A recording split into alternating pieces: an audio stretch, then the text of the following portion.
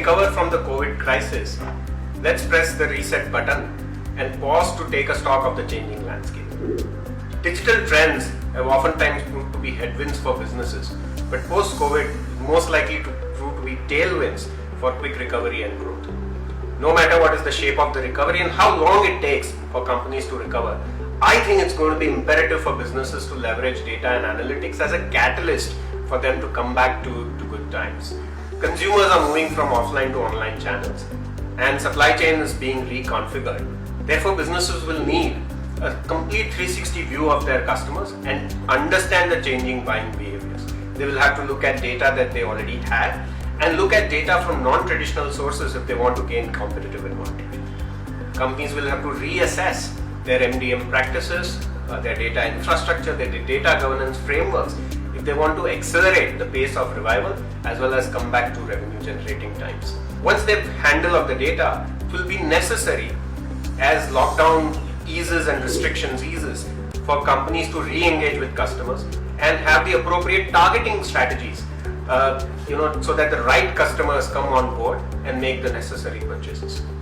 We also know that COVID has caused cash flow problems for businesses, and therefore they will have to deploy smart, analytically driven collection strategies to chase those defaulting customers who are most likely to pay. There are also tremendous cost pressures because of COVID.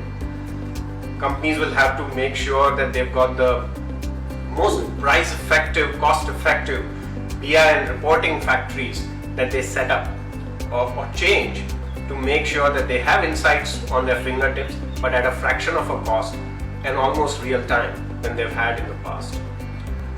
Industries in the financial services sector, investment banks, hedge funds, pension funds, as well as companies who are in the business of providing research-driven data, because of the cost pressures, will have to make sure that they shift their focus of providing excellent research, but at a standardized, globalized scale and at a fraction of the cost.